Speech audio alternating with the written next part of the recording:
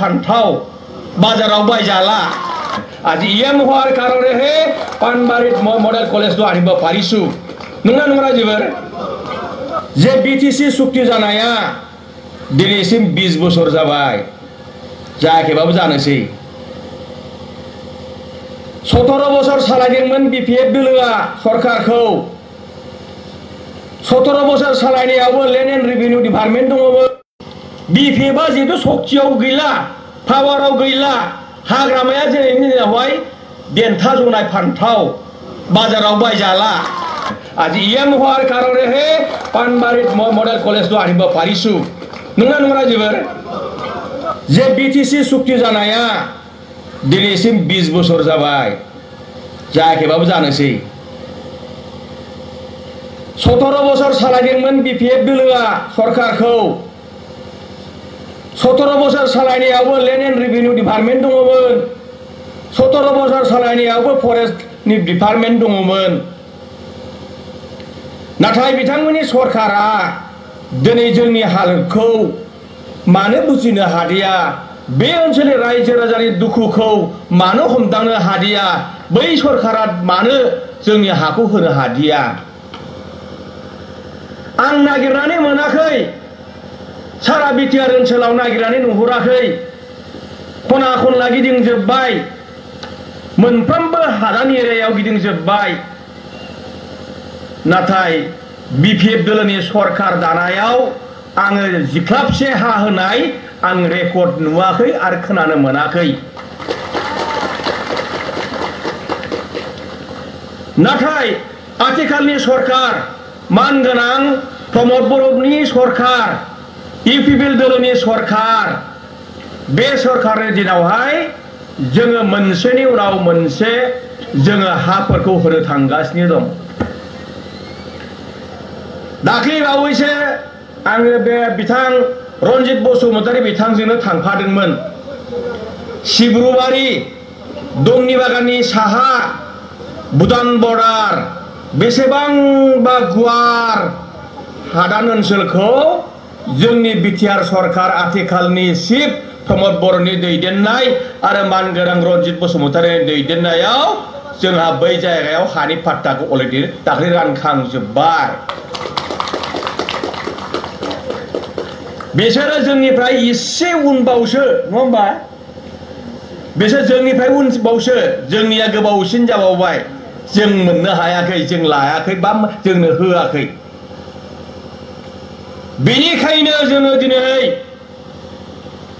बे सरकारनि सायाव जिथु आस्था थांनाय बीपीएफ सरकारनि जिथु आस्था जिथु सिमां जोंनि जिथु साननाय जोंनि जिथु अभाब अभियोग बे जोंनि अभाब अभियोगखौ जोंनि हानि समस्याखौ सुफुंनानै होनाय नंला बेखौ जों आन्दाज मोननानै जों मोनदांनो हानानै दिनैहाय बिटिआर ओनसोलनि रायजो राजाफ्रा बीपीएफ सरकारखौ बिदाय होदोंमोन आरो मोननांगौनि सार्थआवनो बैफोर समस्याफोरखौ समाधान खालामनांगौनि सार्थआवनो जोङो दिनैहाय इउपिपिएल सरकारखौ बरायनानै जों लाबोनांदों नङामोन होमबा बेनिखायनो बे ओनसोलनि रायजो राजाफ्रा गोसोआव दाद हमनानै दिनै बे सरकारखौ बरायगासिनो दङ आरो फैबाय थानाय समावहाय बे ओनसोलनि रायजो राजानि जिथु समस्या आरो बे ओनसोलनि रायजो राजानि सेथि समस्यायानो एक नाम्बार समस्यायानो जाबाय हानि समस्या नङा होमबा हानि समस्या हाखौ होब्लानो बे ओनसोलनि रायजो राजाफ्रा गोजोनगोन आरो बेनिफ्राय साबसिन खुसि जेबो थानाय नङा नङा होमबा बिराद गोजोनगोन आङो दाख्लै नुदों बे सिब्रुबारि बे दमनि बागाननि साहा सिब्रुबारि हादान ओनसोलनि रायजो राजाफ्रा मोनसे बिराद गिदिर खुन्थिया गायसंदों हादान मोननायनि जारिमिन लिरदों हादान मोननायनि जारिमिन लिरदों आरो बे जारिमिनखौ ओरैबादि लिरनो थोनबोदों आङो बे हाखौ माब्ला सिफायनाय जादोंमोन आरो बे हाखौ माब्ला सेटेलमेन्ट मोनखो सोरनि दैदेननायाव मोनखो सोर इएममोन सोर सरखारमोन बेखौ रोखा लिरनानै दोननांगोन होननानै बुंदों आङो जाहाथे भबिष्यतआवबो बेखौ गोसोखांनो हायो बा गोसोखांथावथाव जानानै थानो हायो दल फेंफा लानानै जों मोसागोन बे सरखारखौ जों बरायगोन बे इएमफोरखौ जों बरायगोन नङा होमबा जोंबो जिराया जिखि जाया आं गोलाव बिबुंथि लाखिया जोंहा माननि फरेस्ट एन्ड लेन्ड रेभिनिउनि डिपार्टमेन्टनि इएमआ एखेबारे हानि सोमोन्दै माब्ला होनाय जागोन बे ओनसोलनि हाखौ बेखौ बिथाङा बुंखालांगोन दिनैनो दा जिखियानो जादोला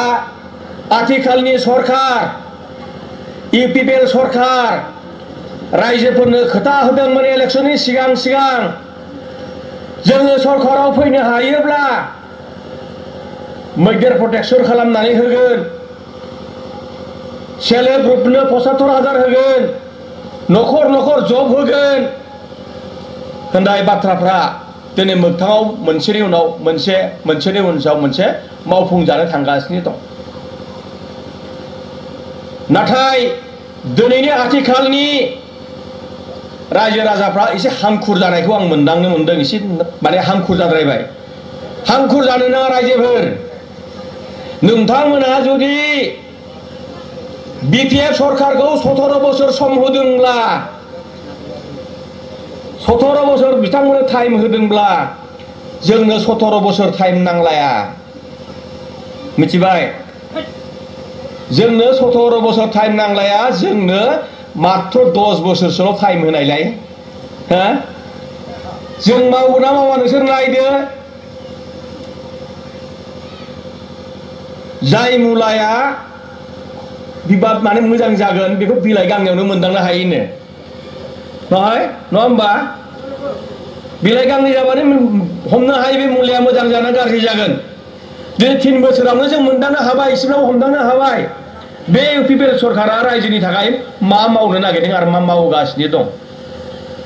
नङा होमबा जोङो बेयाव खुनु आदारवाइज लानो नाङा जोङो दिनैहाय जोङो मैयानो आंनि जाबारे रन्जित बसुमतारी बिथां इएम बे बिथां इएमआबो लोगो माने थिखादारखौ लिंबोनानै गाबोननिफ्रायनो मावनांगौ नोंसोर बे मैदेर प्रटेक्शनखौ मालखौ लाबोजोब्बाय खामानिखौ मावाखै गाबोननिफ्रायनो मावनांगौ होननानै दान्दिसे सिगाङावसो बिथाङा थिखादारखौ धमकी होदों आरो हसा हसिखै जुदि गाबोननिफ्राय मावाब्ला नोंसोरनि वार्क अर्डारखौ केन्सेल खालामनाय जागोन होननानै बिथाङा दहाय बुंखाबाय आंनि सिगाङावनो गतिके मैदेरनि समस्यायाबो जा जोबनो थांगासिनो दं